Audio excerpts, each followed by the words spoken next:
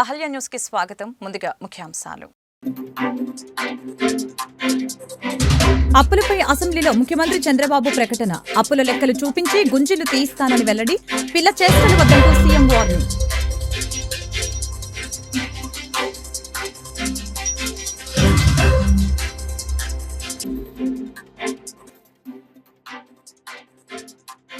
Maharashtra assembly ఎన్నికల ప్రచారానికి వెళ్లనున్న deputy CM Pawan Kalyan. NDA అభ్యర్థులకి మద్దతుగా ప్రచారం చేయనున్న పవన్ కళ్యాణ్ 2 రోజుల పాటు 5 సభలు 5 రోడ్ షోలలో పాల్గొనున్న జనసేనాని.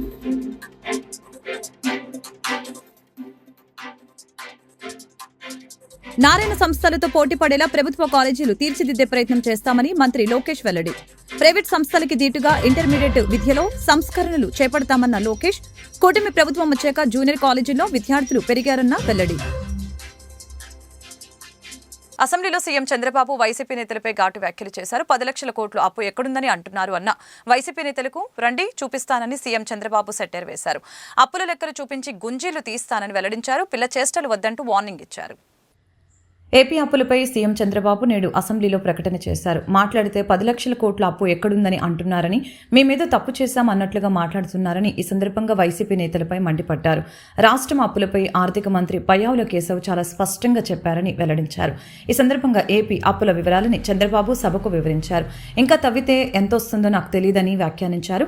దివాలా తీశామని ప్రకటిస్తే మా అప్పు కూడా ఉందని అందరూ వస్తూ ఉంటారని, తాము అలా చెప్పటం లేదని, గుంబనంగా ఏం చేయాలో అదే చేస్తున్నామని పేర్కొన్నారు. ఇప్పుడు తాను చెప్పిన అప్పులు తప్పు అని ఎవరైనా అంటే రండి లెక్కలు చూపిస్తా అని చంద్రబాబు సవాలు విసిరారు. ఆ లెక్కలు చూపించిన తర్వాత గుంజలు తీస్తా అని హెచ్చరించారు.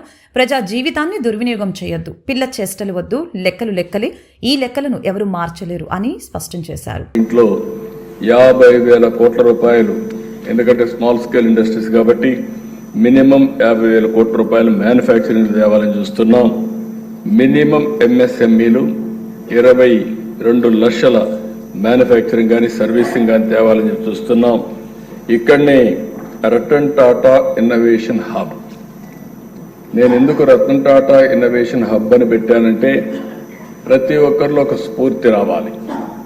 ఒక వ్యక్తి జీవిత కాలంలో ఒక ఇంటిగ్రిటీతో పనిచేసి, ఆనెస్ట్గా పనిచేసి ఒక ఎంపైర్ని క్రియేట్ చేయగలిగాడు. అలాంటి వ్యక్తిని స్ఫూర్తిగా తీసుకుని మనం ఎందుకు ఒక ఇంట్లో ఒక ఆంటర్ప్రెన్యూర్ని తయారు చేయకూడదనే ఆలోచన రావాలని పెట్టాం. అమరావతిలో మెయిన్ హబ్ ఉంటుంది. ఇది కాకుండా నార్త్ కోస్టల్ ఆంధ్రాలో విశాఖపట్నం, గోదావరి జిల్లాలకు రాజమండ్రి, సెంట్రల్ ఆంధ్రాకి విజయవాడ, సదరన్ ఆంధ్రాకి తిరుపతి, రాయలసీమకి అనంతపూర్లో 5 జోన్స్లో 5 రతన్ టాటా ఇన్నోవేషన్ హబ్స్ ఉంటాయి. ఇక్కడ one of the best eco system తీసుకొస్తాం. వెంచర్ క్యాపిటల్ కానీ, మెంటర్స్ని తీసుకురావడం కానీ, అదే మరి వాళ్ళకి కావాల్సినటువంటి నాలెడ్జ్ ఇవ్వడం కానీ, అధికార యంత్రాంగం కానీ అవన్నీ తీసుకొచ్చి అవసరమైతే 5 ఏళ్లలో కార్పస్ ఫండ్ కూడా ఒక 500 కోట్ల రూపాయలు తీసుకొస్తాం.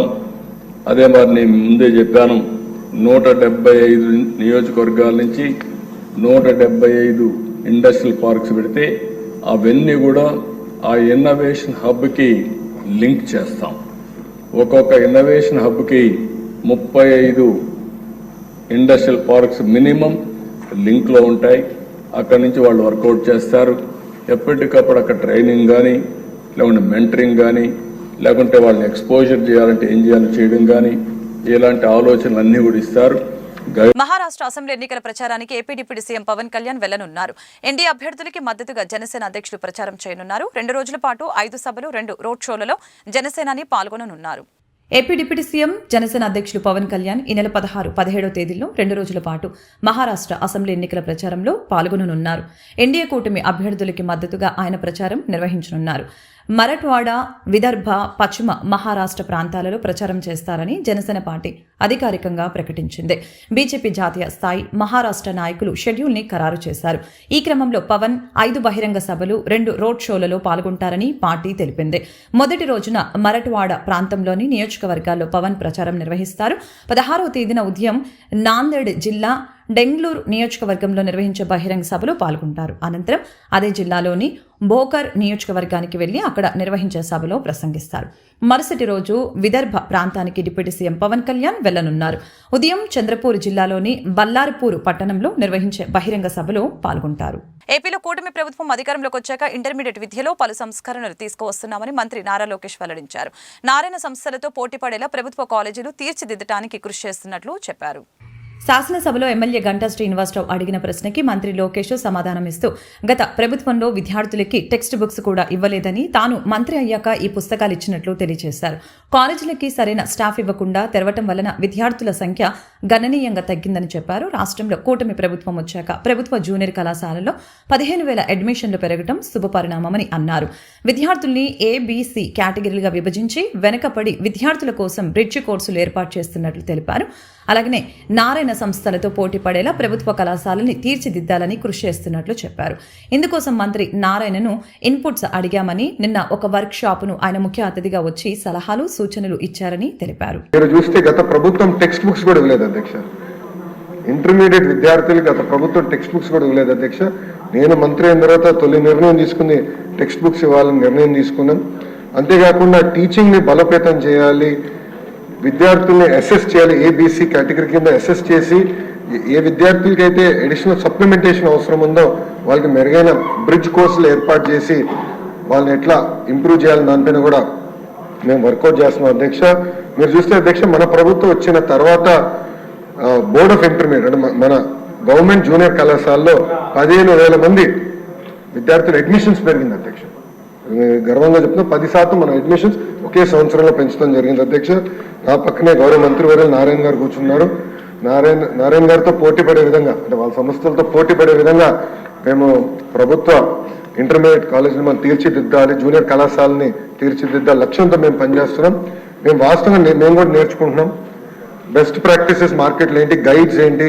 ఇన్ఫాక్ట్ మంత్రి గారిని స్వయంగా నేను అడుగుతాం జరిగింది, మీరు ఇన్పుట్లు ఇవ్వండి, మేము మోడర్నైజ్ చేయాలనుకుంటున్నాం, సరైన మెటీరియల్ ఇవ్వాలనుకుంటున్నాం. అంటే గౌరవ మంత్రి గారు కూడా నిన్న మాకు ఒక వర్క్ షాప్ పెడితే గౌరవ మంత్రి గారు ముఖ్య అతిథిగా వచ్చి కొన్ని సలహాలు సూచనలు కూడా మాకు ఇష్టం జరిగింది.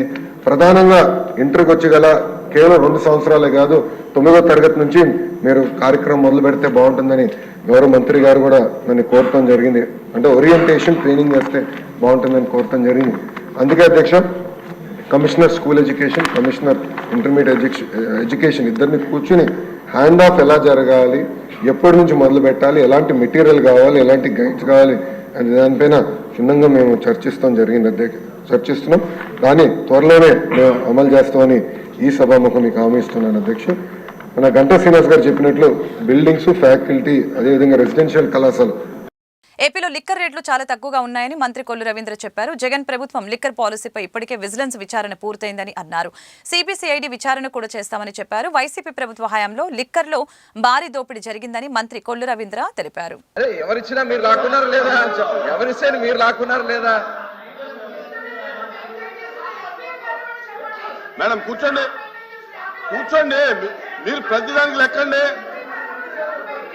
మీరు ప్రతిదానికి లెక్కండి. కూర్చోండి శ్రీకాంత్, కూర్చోండి.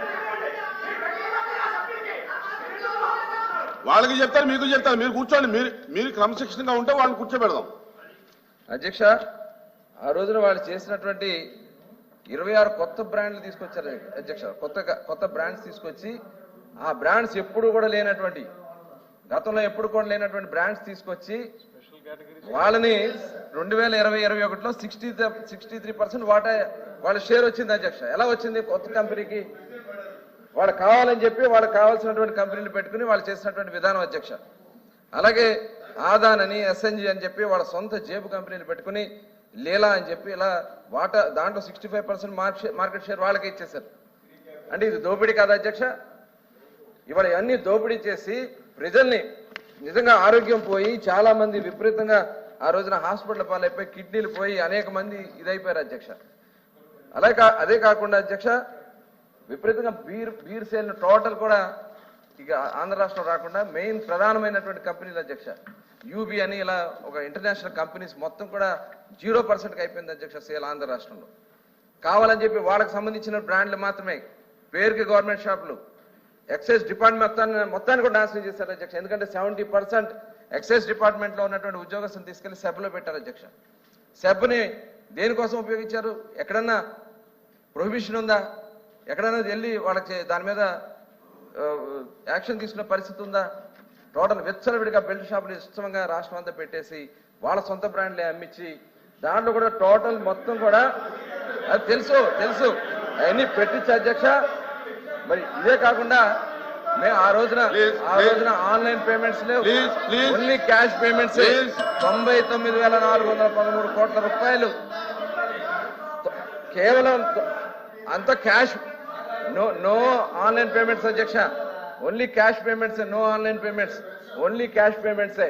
ఈ క్యాష్ అంతా ఎక్కడికి వెళ్ళింది అధ్యక్ష? ఎవరి జేబుల్లోకి వెళ్ళింది అధ్యక్ష? 1,00,000 కోట్ల రూపాయలు జరిగితే ఆ 1,00,000 కోట్ల రూపాయలు ఏమైంది? కేవలం వీళ్ళు పెట్టినటువంటి రేట్ల వల్ల కానీ, ఎన్డీపీఎల్ పక్క రాష్ట్రాలతోనూ మన రాష్ట్రంతో చూసుకున్నట్టయితే మన రాష్ట్రంలో ఎక్కువ రేట్లు ఉండటం వల్ల నాన్ డ్యూటీ పెయిడ్ లిక్కర్ వచ్చింది. నాన్ డ్యూటీ పెయిడ్ లిక్కర్ వల్ల ట్రాన్స్పరెంట్ గా ఉందన్న దానికి ఇదే ఒక నిదర్శనం అధ్యక్ష. ఇవాళ 1,800 కోట్ల రూపాయలు ప్రభుత్వానికి వచ్చింది ఇవాళ కేవలం ట్రాన్స్పరెంట్ గా చేయడం వల్ల. లాటరీ కూడా అధ్యక్ష కలెక్టర్ల సమక్షంలో, కలెక్టర్ ఆఫీసుల్లో, అలాగే అధికారులు పెట్టి, వీడియోలు పెట్టి, డిపార్ట్మెంట్లు పెట్టి ట్రాన్స్పరెంట్ గా మేము చేయటం వల్ల ఇవాళ వాళ్ళ నాయకులకు, వైఎస్ఆర్ పార్టీ నాయకులు కూడా ఇవాళ షాపులు వచ్చినాయి అధ్యక్ష. దీంట్లో మేము ఎక్కడ రాలేదని చెప్పానండి, వాళ్ళని ఎక్కడ రాలేదని చెప్పానండి. మేము చాలా సీరియస్ గా ఉన్నాం.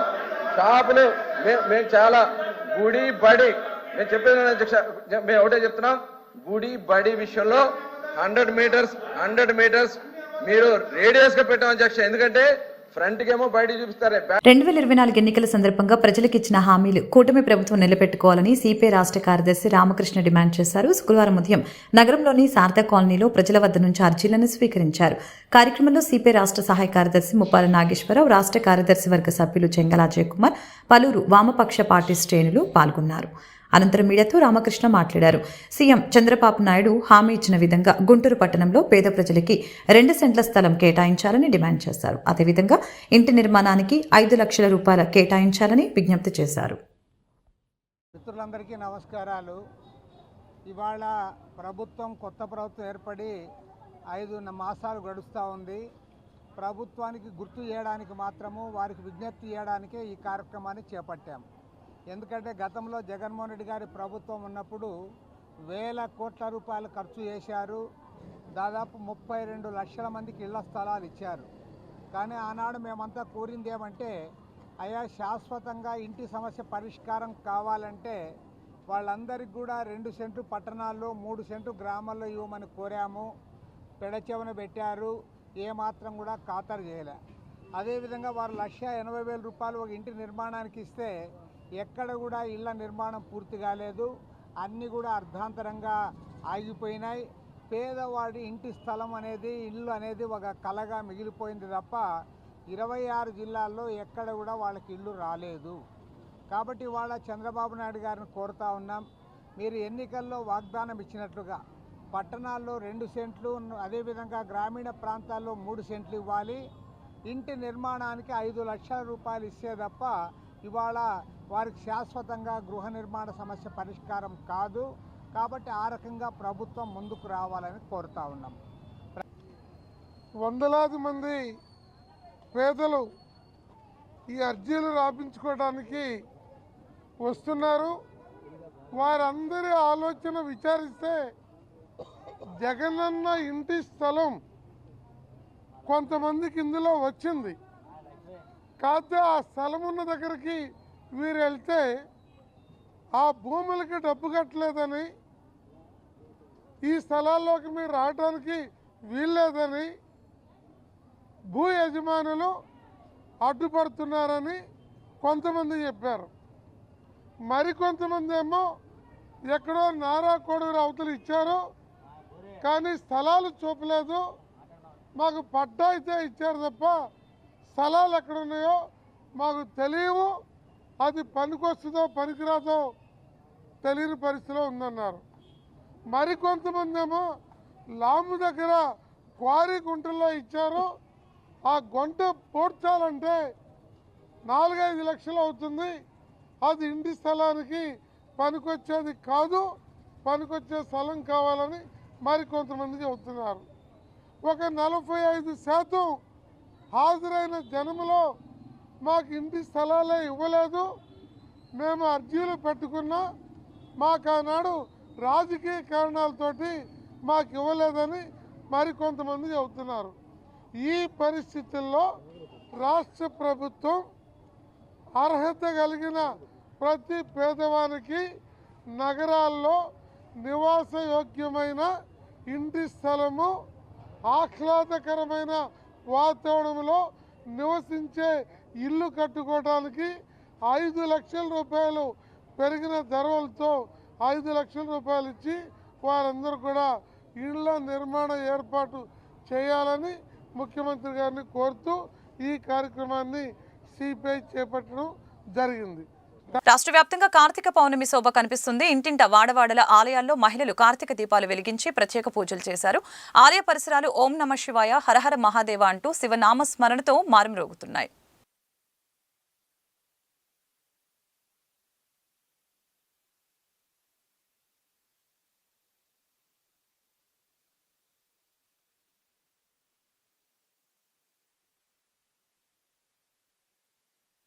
కేంద్ర ప్రభుత్వం తీసుకువచ్చిన 4 లేబర్ కోడ్లను ఉపసంహరించుకోవాలని డిమాండ్ చేస్తూ వ్యవసాయ కార్మిక సంఘాలు నవంబర్ 26వ తేదీన నిరసన చేపడుతున్నామని రైతు సంఘాల నాయకులు వడ్డే శోభనాద్రీశ్వరరావు తెలిపారు. రైతు సంఘాలకి ప్రధాని మోదీ ఇచ్చిన హామీలను అమలు చేయాలని డిమాండ్ చేస్తూ దేశవ్యాప్తంగా నవంబర్ 26వ తేదీన చేపట్టిన నిరసనలో భాగంగా రాష్ట్రంలో అన్ని జిల్లాల్లో హెచ్చరిక పత్రాలని కలెక్టర్లకు అందజేసి నిరసన తెలుపుతామని చెప్పారు.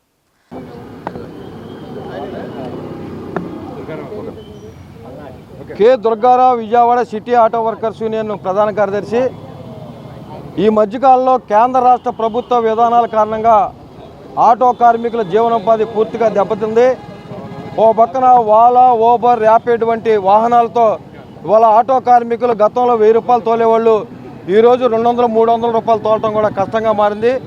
కరోనా టైంలో సంవత్సరాల తరబడి ఇళ్లకాడే ఆటోలు పెట్టుకోవటం వల్ల ఇవాళ ఆటో కార్మికులు పూర్తిగా దెబ్బతిని కిరాయిలు లేని పక్షంలో ఫైనాన్స్లు కట్టలేక ఇవాళ చాలామంది ఆటో కార్మికులు ఫైనాన్షియల్కి ఆటోలు అప్పించే పరిస్థితి ఏర్పడింది. ఈ మధ్యకాలంలో బుడమేరు ముంపు కారణంగా ఆటోలు పూర్తిగా మునిగిపోయి పాడైపోయి 40,000 రూపాయల నుంచి 50,000 రూపాయల పైన రిపేర్లు అవ్వటం వల్ల ఇవాళ ఇప్పటికీ కూడా రిపేర్లు చేయించుకునే పరిస్థితి లేక ఇళ్ళకాడే బళ్ళు ఉన్నాయి. కొంతమంది రిపేర్లు చేయించుకున్నా సరే అయ్యి మళ్ళీ బయటకు వచ్చి మొరాయించడంతో మళ్ళీ రిపేర్లు చేయించుకోవడంతో తీవ్ర కష్టాలు పడుతున్నారు. ఇటువంటి నేపథ్యంలో ఇవాళ విజయవాడ నగరంలో ప్రైవేట్ ఫైనాన్సర్లు ఇవాళ ఆటోలకి కిస్తీలు కట్టాలి, లేని పక్షంలో మీ బళ్ళు సీజ్ చేస్తామని చెప్పని వేధింపులకు గురి చేయటం వల్ల ఈ మధ్యకాలంలో ఆటో ఓనర్స్ తీవ్ర మనస్తాపానికి గురయ్యి కొంతమంది ఆత్మహత్యలకు చేసుకునే పరిస్థితికి వచ్చారు. కొంతమంది బాధపడి ఇబ్బంది పడి ఏం తెలియక వాళ్ళ ఆటోలను వాళ్ళే నాశనం చేసుకోవాల్సిన పరిస్థితి వచ్చింది. ఇంకొంతమంది ఆటో ఓనర్స్ ఇవాళ ఫైనాన్షియల్ దొడ్డుల్లో ఆటోలు పెట్టాల్సిన పరిస్థితి ఏర్పడుతున్న నేపథ్యంలో మానవతా దృక్పథంతో వాళ్ళ ఆటో ఫైనాన్షియల్ ఆలోచించాలి, కానీ ఇటువంటి వేధింపులు చేయటం సరైనది కాదు. ప్రభుత్వం కూడా ఎన్నికల ముందు ఆటో కార్మికులకు చాలా వాగ్దానాలు చేశారు, కానీ ఏ వాగ్దానం కూడా అమలు చేయాల. అందుకే ఇప్పటికైనా సరే ఆటో డ్రైవర్లకి, ఓనర్లకి ప్రభుత్వం గతంలో ప్రకటించిన విధంగా ఇవాళ ఆ రకంగా ప్రభుత్వ బ్యాంకుల ద్వారా ఫైనాన్స్ ఇవ్వాలని చెప్పేసి అనేది, అలాగే వాహన మిత్ర కింద ఆటో కార్మికులు ఓనర్స్తో పాటు డ్రైవర్లు కూడా 10,000 రూపాయలు ఇవ్వాలని చెప్పని ఇవాళ Vijayawada city auto workers CIT తరఫున ప్రభుత్వాన్ని మేము కోరుతున్నాం. ముఖ్యమంత్రి నారా చంద్రబాబు నాయుడు మానస పుత్రిక ఏపీఎస్ఎఫ్ఎల్ చైర్మన్ జీవీ రెడ్డి అని అన్నారు. ఇప్పటి వరకు 6 లక్షల కేబుల్ కనెక్షన్లు మాత్రమే ఉన్నాయని చెప్పారు. వీలైనంత వరకు క్వాలిటీ సర్వీసులు ఇచ్చి ప్రజల ఆదరణ పొందుతామని అన్నారు. ప్రైవేట్ కంపెనీ సర్వీస్ ప్రొవైడర్లకి పోటీగా ప్రజలకి సర్వీసులు అందిస్తామని అన్నారు. చైర్మన్గా ఏపీ ఫైబర్ నెట్ సంస్థకి బాధ్యతలు తీసుకోవడం జరిగింది. ముఖ్యంగా నాకు ఈ అవకాశం కల్పించినటువంటి మా పార్టీ అధినేత శ్రీ నారా చంద్రబాబు నాయుడు గారికి, మా పార్టీ జాతీయ కార్యదర్శి శ్రీ నారా లోకేష్ గారికి, అదేవిధంగా జనసేన అధినేత శ్రీ పవన్ కళ్యాణ్ గారికి, అదేవిధంగా బీజేపీ రాష్ట్ర అధ్యక్షురాలు శ్రీమతి పురంధేశ్వరి గారికి నా ప్రత్యేకమైనటువంటి కృతజ్ఞతలు. ఈరోజు ఫైబర్ నెట్ సంబంధించి ఇది అందరికీ మనకు తెలుసు, ఇది సర్వీస్ ప్రొవైడర్. ముఖ్యంగా కేబుల్ రిలేటెడ్ కావచ్చు, ఇంటర్నెట్ కావచ్చు, మిగతా కొన్ని సర్వీసెస్ ఉన్నాయి.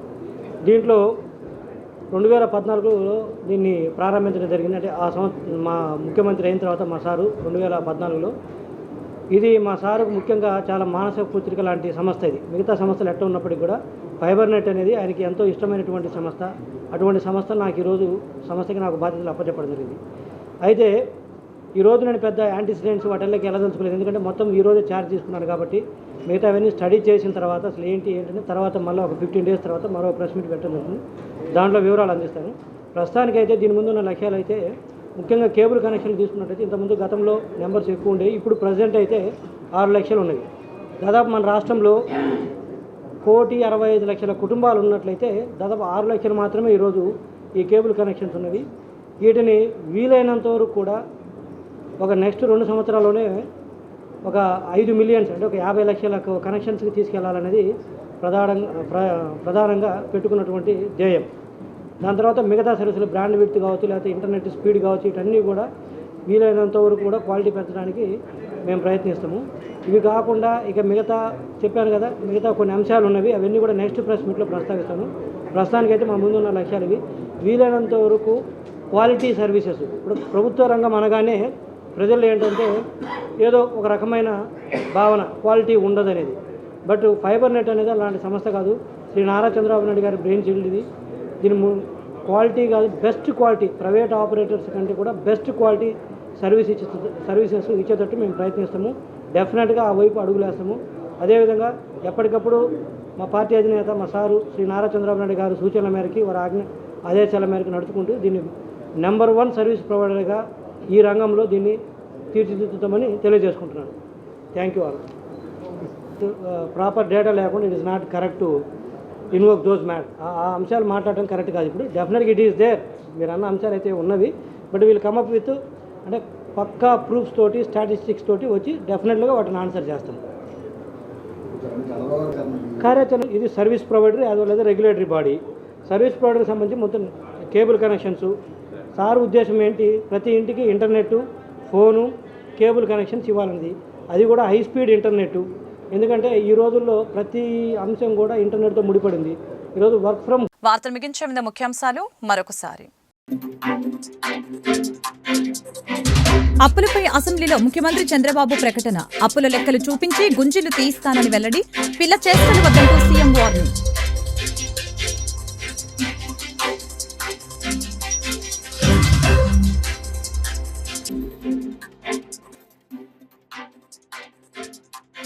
మహారాష్ట్ర అసెంబ్లీ ఎన్నికల ప్రచారానికి వెళ్లనున్న deputy CM Pawan Kalyan. NDA అభ్యర్థులకి మద్దతుగా ప్రచారం చేయనున్న పవన్ కళ్యాణ్ 2 రోజుల పాటు 5 సభలు, 5 రోడ్ షోలలో పాల్గొనున్న జనసేనాని.